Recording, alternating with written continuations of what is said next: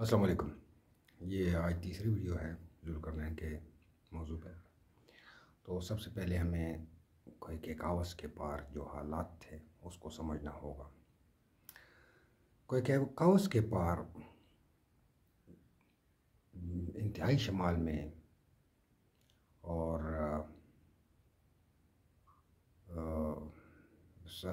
یعنی جو بحر منجمد شمالی ہے، یعنی اس کی طرف جتنا روس کا علاقہ لگتا ہے تو وہاں پہ سفید قوم آباد تھی، یورپ کے ہی حصے میں۔ اور جو جنوب کا حصہ تھا، یعنی جو کوئی کاوس کے قریب جو حصہ پڑتا تھا، تو وہاں پہ موجودہ تھا، یعنی جو ہمیں تاریخ معلوم ہے، صحرائے گوبی اور منگولیا سے نکل کے حملہ آور آتے تھے اور یورپ تک جاتے تھے۔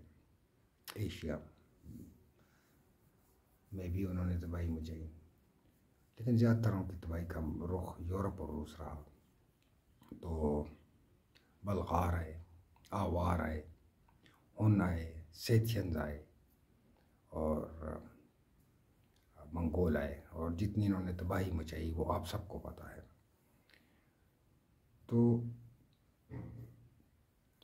منگولیا سے نکلنے والے جو قبائل تھے، ان میں جو آ کے ان علاقوں میں بس جاتا تھا اس کو قپچاق ترک کہتے تھے۔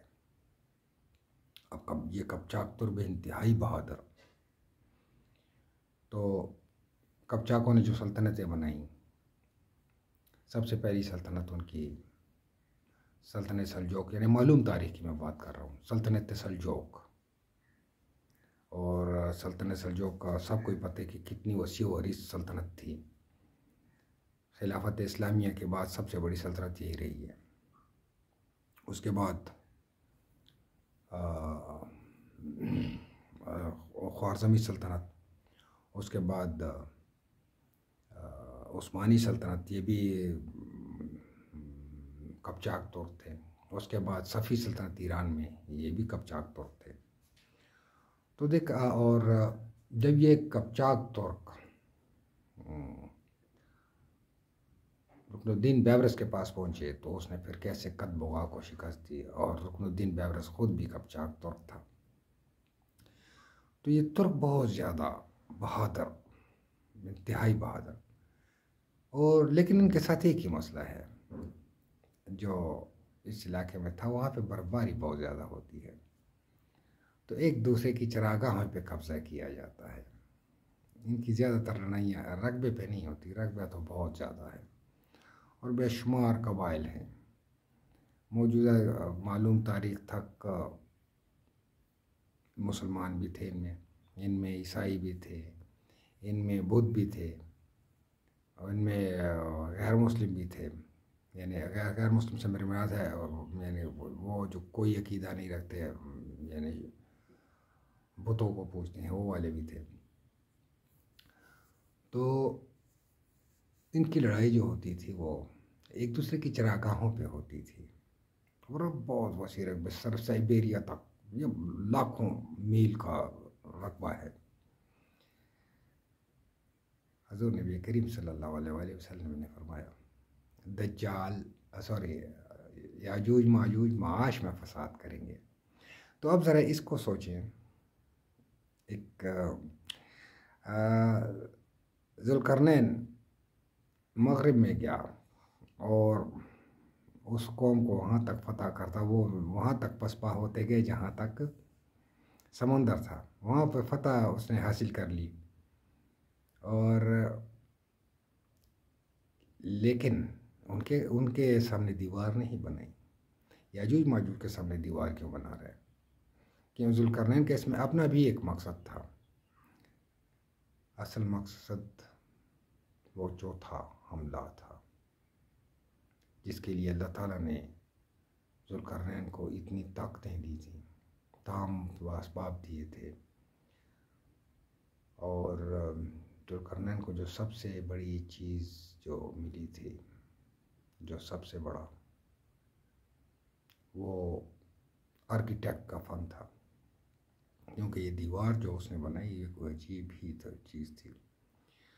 تو بقول تیمور لنگ کہ ذوالقرنین 1,00,000 فوج لے کے ان کے پیچھے کیوں نہیں گیا؟ ذوالقرنین تو چلا بھی جاتا، ان کو شکست بھی دے دیتا، وہ بھاگ بھی جاتے، لیکن وہ مکمل طور پر ان کو تباہ نہیں تھا کیا جا سکتا۔ اس کی وجہ یہ ہے کہ جیسے مغرب میں اللہ تعالیٰ فرماتے کہ چاہے ان کو سزا دو چاہے چھوڑ دو، تو اس طرح ان لوگوں کو مکمل طور پہ تباہ نہیں تھا کیا جا سکتا۔ ان کے پاس لاکھوں میل کا رقبہ ہے جہاں وہ جا کے بھاگ سکتے تھے اور پھر منظم ہو سکتے تھے، اور جس وقت ذوالقرنین چوتھا حملہ کر رہا ہوتا جنوب کی طرف تو اس وقت ذوالقرنین کو نقصان پہنچا سکتے تھے۔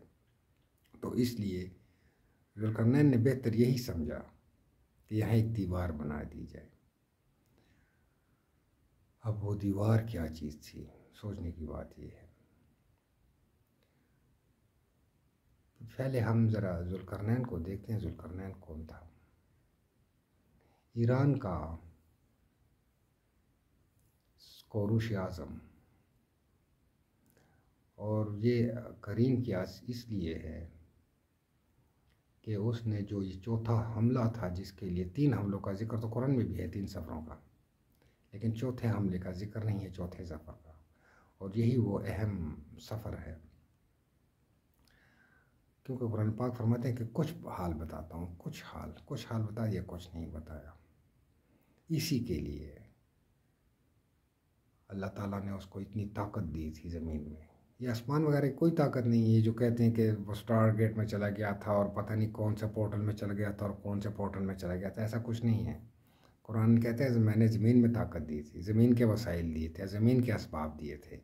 وہ زمین پہ بھی کوئی ایسی بہت بڑی فاؤنڈری اس نے لگائی ہوئی تھی جہاں پہ موٹی موٹی لوہے کی چادریں ڈال سکتا تھا، ایسی فرنس تھی جس میں وہ اس وقت کی ٹیکنالوجی کے مطابق، ایڈوانس ٹیکنالوجی کے مطابق جتنا کوئی ایڈوانس فولاد بنا سکتا تھا اتنا فولاد ایڈوانس وہ بھی بنا سکتا تھا۔ دمشق میں اس لوہے کی انڈسٹری نے بہت زیادہ ترقی کی تھی، تو وہ ایک خاص قسم کا فولاد بناتے تھے، تو یہ فولاد وہ یہ بھی بنا سکتا ہے، کیونکہ اللہ تعالیٰ فرماتے ہیں کہ تمام اسباب دے دیے تھے۔ کہنے کا مقصد یہ ہے کہ اس کو یہ سلطنت دی کیوں گئی تھی، یہ بہت اہم سوال ہے۔ خیر اب چلتے ہیں ذوالقرنین، اس کو ذوالقرنین کیوں کہتے ہیں؟ یہ فارس اور خراسان 2 علیحدہ سلطنتیں ہیں۔ بولی وہاں بھی ایرانی جاتی ہے، بولی یہاں بھی ایرانی جاتی ہے، وہاں پہ ہم اس کو کہتے ہیں کہ وہ دری زبان ہے، یہاں پہ ہم کہتے ہیں کہ یہ فارسی ہے، لیکن زبان دونوں ایک ہی ہیں، بہن بھائی ہیں جو سمجھ لیں۔ تو ذوالقرنین نے یہ دونوں سلطنتیں فتح کر لی تھیں، جو دونوں حصے، اس لیے 2 سلطنتوں کا مالک، 2 کرنوں کا مالک، 2 سینگوں والا۔ مصریوں کو بھی دیکھیں تو ان کے بادشاہ 2 سلطنتوں کے بادشاہ کہلاتے تھے، حالانکہ مصر ایک ہی مملکت ہے، لیکن اپنی بڑائی کو بیان کرنے کے لیے انہوں نے بالائی اور زیریں مصر کو 2 علیحدہ سلطنتوں میں شمار کیا اور اپنے آپ کو 2 سلطنتوں کے بادشاہ کہتے تھے، جبکہ ذوالقرنین نے حقیقی طور پہ 2 سلطنتیں فتح کی۔ ایک سلطنت فارس ہے، اس کو رے موجودہ تہران، اس کے ذریعے اس پہ حکومت کی جاتی تھی، اور سلطنت خراسان جو تھا اس مرو شہر سے وہ حکومت کی جاتی تھی۔ یہ مرو شہر پھر یہ مٹ چکا تھا، ختم ہو چکا تھا، کوئی اسٹیبلٹی نہیں تھی ذوالقرنین سے پہلے، تو ذوالقرنین نے پھر آ کے اس شہر کو آباد کیا، مرو شہر کو، اور کوئی عجیب ہی انداز میں آباد کیا، زبردست جو آرکیٹیکچر کا ایک فن پارہ اس نے آباد کیا۔ اسی سے مرو سے ہی سلجوقوں نے بھی حکومت کی، اور یہ مرو جو تھا یہ ترکمانستان میں ہے، افغانستان کے ساتھ جو ترکمانستان ہے جو کیسپین سی کے ساتھ لگتا ہے، تو مرو وہاں ہے، اور یہ جتنی بیلٹ ہے جہاں پہ فارسی بولی جاتی ہے یہ سارے خراسان کا حصہ ہے۔